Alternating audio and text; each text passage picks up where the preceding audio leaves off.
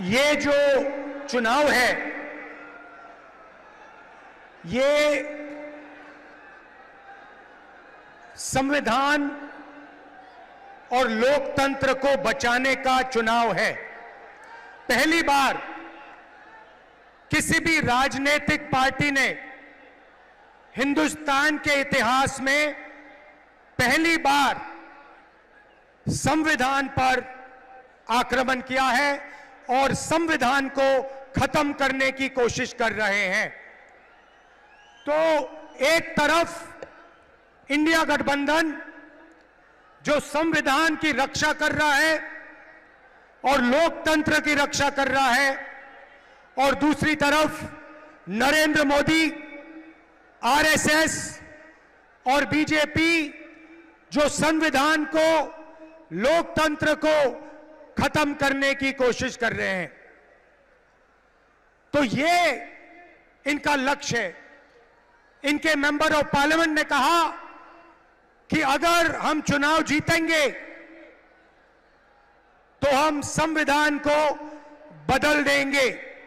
मैं महाराष्ट्र को, बाकी देश को मैसेज देना चाहता हूं कि हमारे संविधान को कोई भी, दुनिया में कोई भी शक्ति नहीं बदल सकती है। पता नहीं इन लोगों ने अपने आप को क्या समझ रखा है। संविधान हिंदुस्तान की आवाज है, गरीबों की आवाज है, पिछड़ों की, दलितों की, आदिवासियों की आवाज है। इसको कोई नहीं बदल सकता, कोई शक्ति इसको बदल नहीं सकती।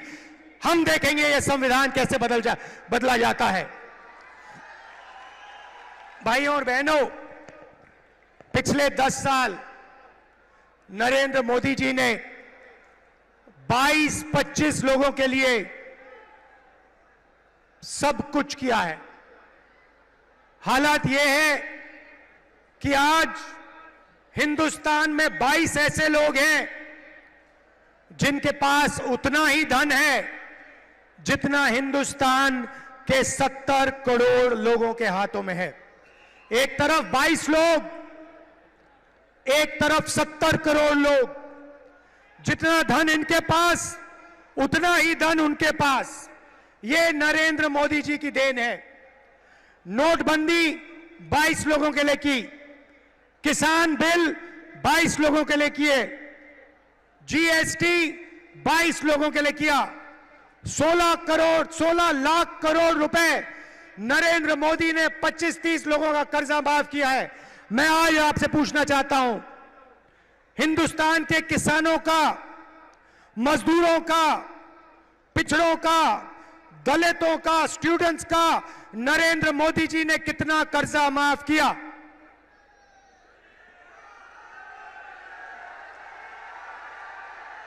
एक रुपया हिंदुस्तान के गरीबों का नरेंद्र मोदी ने माफ नहीं किया। 16 लाख करोड़ रुपए का मतलब 25 साल का मनरेगा। 16 लाख करोड़ रुपए का मतलब जितना हमने किसानों का कर्जा माफ किया था, अगर आप उसे 25 बार करो तो 16 लाख करोड़ रुपए बनते हैं। नरेंद्र मोदी जी ने 22-25 लोगों को 25 साल का मनरेगा का पैसा पकड़ा दिया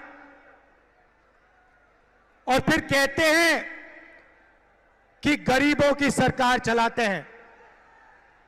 उन्होंने 22 अरब पतियों की मदद की। तो आज मैं आपको साफ बताने आया हूं, हमारा जवाब क्या है, मैं आपको बताने आया हूं। उन्होंने अरबपति तैयार किए, हम करोड़ों लाखपति बनाने जा रहे हैं।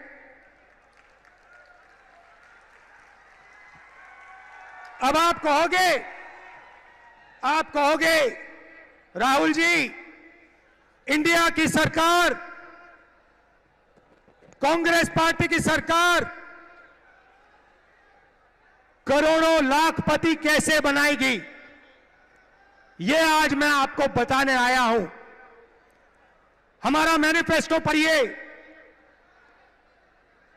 सबसे पहला काम महालक्ष्मी योजना। हर गरीब परिवार की हम लिस्ट बनाएंगे। हिंदुस्तान में करोड़ों लोग गरीबी रेखा से नीचे रहते हैं,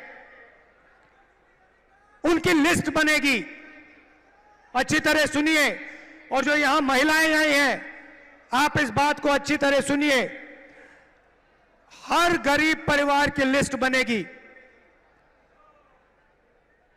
और हर गरीब परिवार में से एक महिला का नाम चुना जाएगा और उस महिला के बैंक अकाउंट में कांग्रेस पार्टी की सरकार, इंडिया गठबंधन की सरकार हर साल सीधे बैंक अकाउंट में 1 लाख रुपया डालने जा रही है।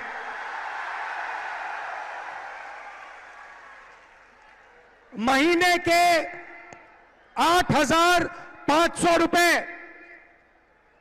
साल के 1 लाख रुपए करोड़ों महिलाओं के बैंक अकाउंट में हर महीने ठकाठक ठकाठक ठकाठक ठकाठक ठकाठक ठकाठक ठकाठक। आप अरबपति बनाओ, हम लाखपति बनाएंगे। आप 25 अरबपति बनाओ, हम करोड़ों लाखपति बनाएंगे। भाई और बहनों, सीधी सी बात है और महिलाएं ये बात अच्छी तरह समझेंगी। हिंदुस्तान में 21वीं सदी में स्त्री और पुरुष दोनों जॉब करते हैं। सही सही। मनरेगा महिलाएं भी करती हैं, पुरुष भी करते हैं। सही। तो जब आप जॉब करते हो, 8-10 घंटे की जॉब करते हो, स्त्री को भी पैसा मिलता है, पुरुष को भी पैसा मिलता है। सही, ठीक है। मगर हर महिला, इस देश की हर महिला 8 घंटे घर के बाहर जॉब करती है और फिर 8 घंटे घर में जॉब करती है। खाना भोजन बनाती है, बच्चों की देखभाल करती है, भविष्य की, हिंदुस्तान की के भविष्य की रक्षा करती है। मगर 8 घंटे के लिए आपको पैसा मिलता है, मगर जो घर में आप काम करती हैं उसके लिए आज तक आपको किसी सरकार ने पैसा नहीं दिया।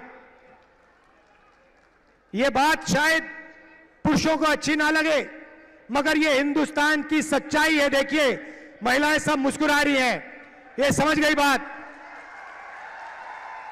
इसीलिए हिंदुस्तान की गरीब महिलाओं के बैंक अकाउंट में 1 लाख रुपए हर साल, 8,500 रुपए हर महीने, ठकाठक ठकाठक ठकाठक ठकाठक ठकाठक। दूसरी बात, यहां बहुत सारी आशा और आंगनवाड़ी की महिलाएं हैं, उनको सीधा मैसेज देना चाहता हूं, आपकी आमदनी हम दुगनी करने जा रहे हैं और हिंदुस्तान की सरकार में और पब्लिक सेक्टर में महिलाओं को 50% रिजर्वेशन देने जा रहे हैं।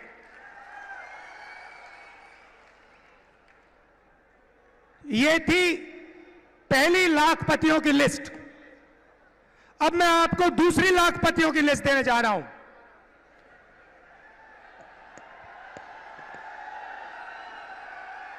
पहली लिस्ट में हिंदुस्तान के सबसे गरीब परिवारों को हम 1 लाख रुपए देने जा रहे हैं। अब आप कहोगे करोड़ों लाखपति तो आपने यहां बना दिए, अब कहां बनाओगे? अब मैं वो आपको बताना चाह रहा हूं। नरेंद्र मोदी जी ने हिंदुस्तान के युवाओं को बहुत तंग किया। पहले उन्होंने कहा 2 करोड़ युवाओं को रोजगार दूंगा, उसके बाद नोटबंदी कर दी, गलत जीएसटी लागू कर दी और बेरोजगारी पूरी देश में फैला दी। आज 45 साल से सबसे ज्यादा बेरोजगारी हिंदुस्तान में है। युवा, करोड़ों युवा सड़कों पे, कस्बों पे आगे पीछे दौड़ते हैं रोजगार ढूंढते हुए, और अमीर घर के बेटे क्या करते हैं? अप्रेंटिसशिप करते हैं। अप्रेंटिसशिप मतलब जॉब मार्केट में जाने से पहले हिंदुस्तान का हर अमीर परिवार अपने बेटे को, बेटी को 6 महीने की, 1 साल की टेम्पररी नौकरी देते हैं। वो नौकरी उन्हें पब्लिक सेक्टर में, प्राइवेट सेक्टर में, सरकारी ऑफिसेज में दी जाती है और उनको इस नौकरी के लिए पैसा मिलता है।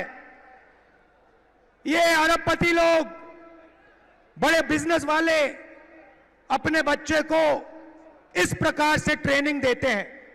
एक प्रकार से मान लो पेड ट्रेनिंग हो जाती है और जॉब मार्केट में घुसने का तरीका है ये। एक प्रकार से जॉब मार्केट में घुसने का रास्ता है। मगर यह सुविधा हिंदुस्तान के करोड़ों बेरोजगार युवाओं को नहीं मिलती। भटकते रहते हैं, मांगते रहते हैं, हाथ जोड़ते रहते हैं, मगर कोई इनकी सुनता नहीं। नरेंद्र मोदी नहीं सुनते।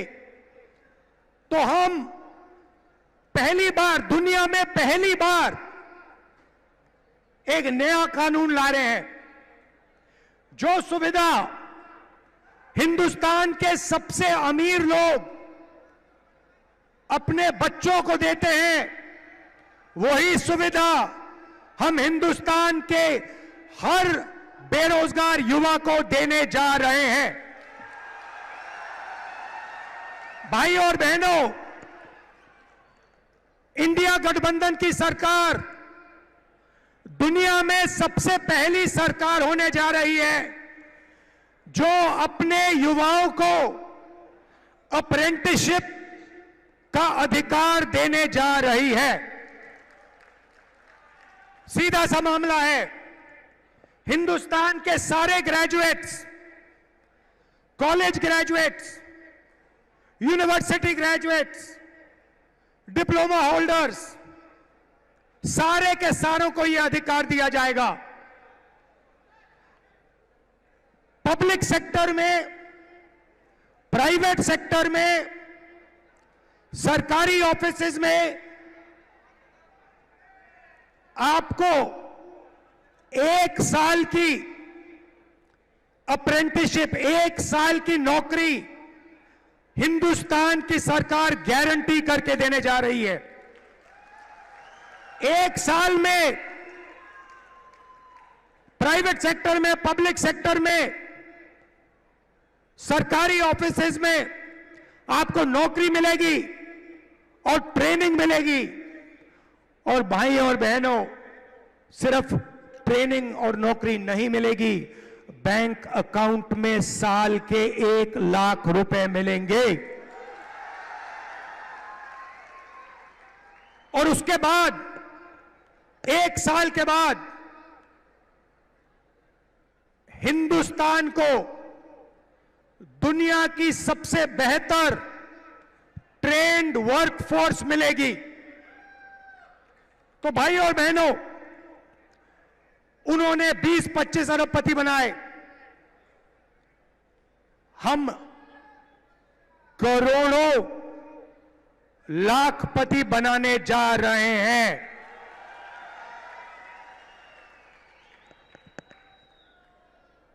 अब यहां किसान बैठे हैं? अब किसान कहेंगे राहुल जी आपने महिलाओं की बात कर दी, आपने बेरोजगार युवाओं की बात कर दी, हमारा क्या होगा? सबसे पहले हिंदुस्तान के प्यारे किसानों, ये जो 1 लाख रुपए महिलाओं के जाएंगे और 1 लाख रुपए हिंदुस्तान के बेरोजगार युवाओं को जाएंगे, ये आपको भी मिलेंगे क्योंकि आपके घर में भी ये पैसा आएगा। मगर वो शुरुआत है।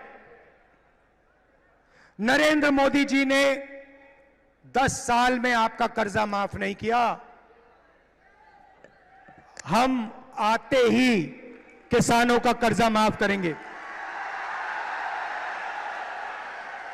अभी भैया मूड नहीं बना, ताली मत बजाओ, मैंने बात खत्म नहीं की।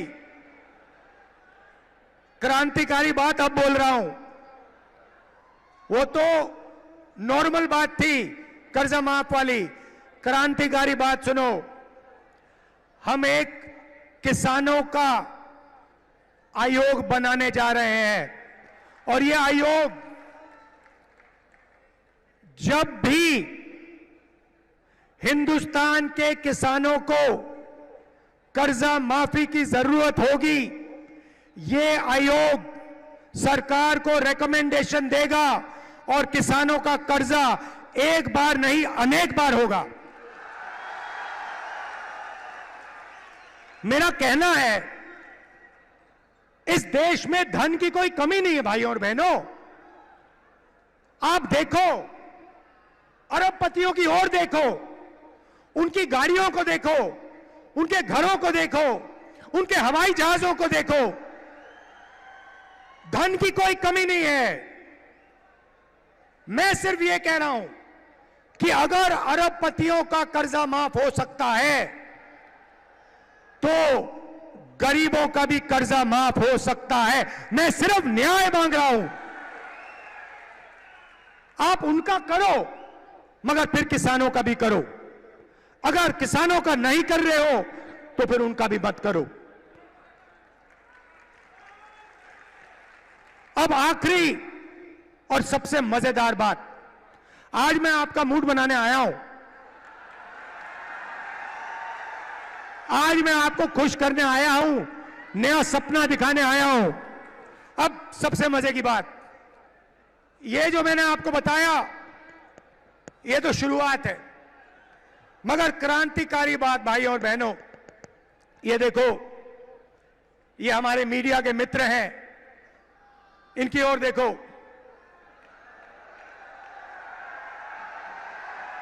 नमस्कार, नमस्कार। आपसे सवाल पूछता हूं, टीवी पे आपने गरीबी कभी बात देखी? आपने किसी भूखे इंसान को, किसी गरीब किसान को, किसी मजदूर को टीवी पे देखा? 90% आबादी पिछड़ों की है, दलितों की है, आदिवासियों की है, किसानों की है, मजदूरों की है। भाई और बहनों, ये टीवी पे कभी दिखते क्यों नहीं? आपने कभी टीवी पे देखा कि किसान की बात हो रही है? ना। मजदूर की बात होते हुए देखी? किसी बढ़ई को आपने टीवी पे देखा? किसी नाई को, मोची को, बढ़ई को, छोटे फैक्ट्री वाले को टीवी पे देखा? कभी नहीं। अमिताभ बच्चन देखा? विराट कोहली देखा? टीवी पे पाकिस्तान की बात सुनी, चाइना की बात सुनी, मगर हिंदुस्तान की जनता की बात कभी नहीं सुनी। भाई और बहनों, हिंदुस्तान में 15% दलित हैं। 8% आदिवासी हैं, 50% कम से कम पिछड़े वर्ग के लोग हैं। 50, 15 और 8 कितने हुए? कितने हुए? 73। उसमें 15% माइनॉरिटी जोड़ दो, कितने हुए? और उसमें 5% गरीब जनरल कास्ट जोड़ दो, कितने हुए? 90% से ज्यादा। भाई और बहनों, मैंने मीडिया की कंपनियों के मालिकों की लिस्ट निकाली।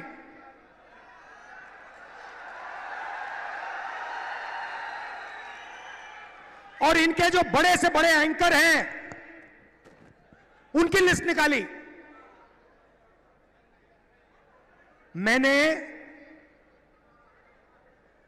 300 से ज्यादा एंकरों की लिस्ट निकाली, हर मालिक की लिस्ट निकाली। और भाई और बहनों, मजे की बात आपको बताता हूं, उस लिस्ट में ना एक दलित, ना एक पिछड़ा, ना एक आदिवासी, ना एक गरीब जनरल कास्ट का व्यक्ति, ना एक आदिवासी, ना एक दलित, ना एक पिछड़ा, कोई नहीं। 90% आबादी में से इनमें कोई है ही नहीं। आपकी बात क्यों करें? आपकी बात क्यों करें? आपका तो है ही नहीं कोई इसमें। अब चुप हो गए आप सब। ओ, राहुल गांधी ने सही बात बोल दी, ये तो हमने सोचा भी नहीं था। चेहरे तो हम रोज देख रहे थे, चेहरे तो हम रोज देख रहे थे, मगर हमने नहीं सोचा कि इनमें ना एक आदिवासी, ना एक दलित, ना एक पिछड़ा।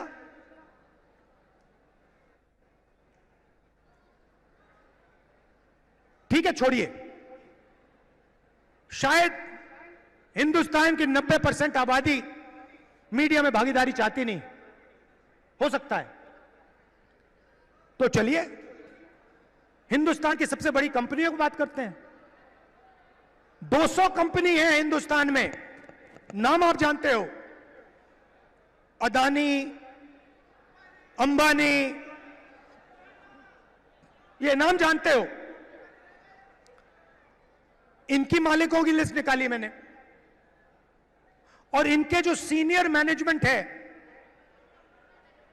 बड़े बड़े जो अफसर हैं, इनकी लिस्ट निकाली। भाई और बहनों, 90% में से इनमें भी एक नहीं है। 200 सबसे बड़ी कंपनियों में एक मालिक ओबीसी वर्ग, दलित वर्ग, आदिवासी वर्ग या गरीब जनरल कास्ट से नहीं है।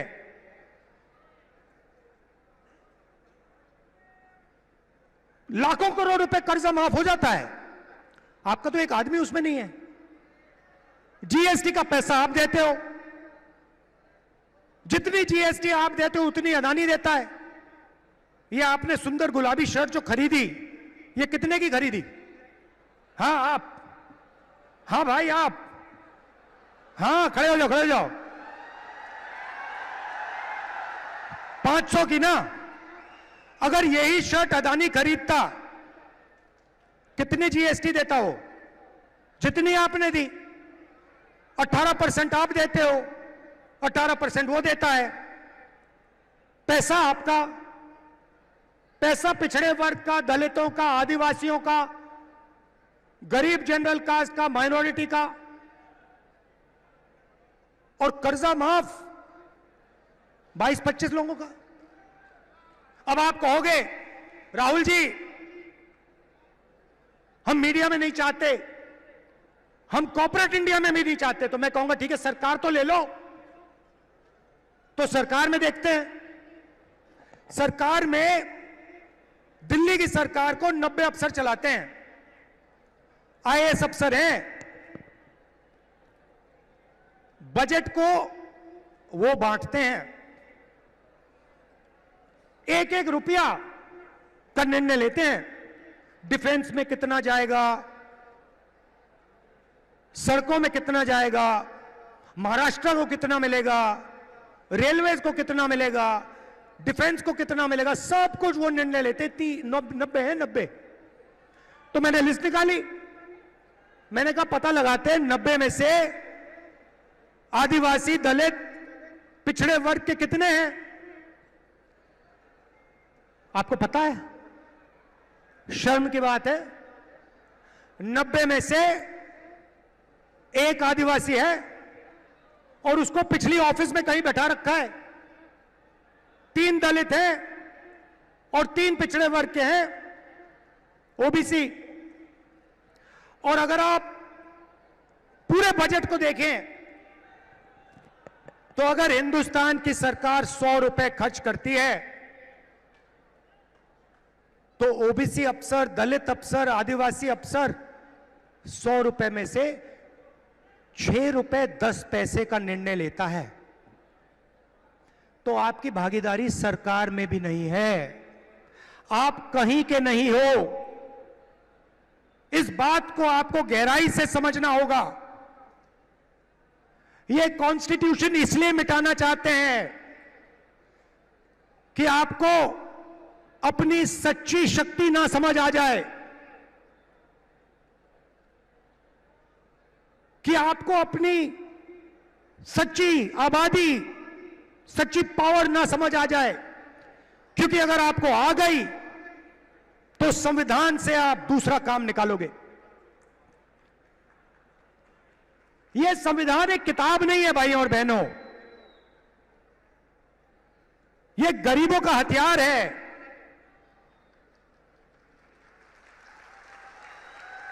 और इस हथियार को नरेंद्र मोदी 22-25 लोगों के साथ मिलकर खत्म करने की कोशिश कर रहे हैं। और जब भी मैं इस बात को बोलता हूं, नरेंद्र मोदी आपके ध्यान को इधर उधर ले जाते हैं। कभी पाकिस्तान, कभी चाइना, इधर उधर इधर उधर। सीधा सा उदाहरण, राम मंदिर का इनॉग्रेशन आपने देखा? पार्लियामेंट का उद्घाटन आपने देखा? राष्ट्रपति का चेहरा आपने उद्घाटन में देखा? क्यों नहीं? हिंदुस्तान की हेड ऑफ स्टेट है, राष्ट्रपति हैं, आदिवासी हैं, उनको ना राम मंदिर में जाने दिया और ना नए पार्लियामेंट में घुसने दिया। और फिर आदिवासियों की बात करते हैं, आपको नया नाम दे दिया, वनवासी। आप वनवासी नहीं हो, आप आदिवासी हो। आदिवासी का मतलब वो लोग जो हिंदुस्तान के पहले मालिक थे।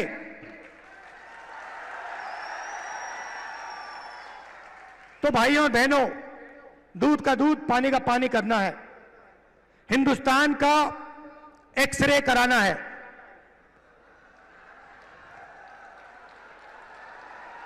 एक्सरे का मतलब जाति जनगणना। जाति जनगणना के बाद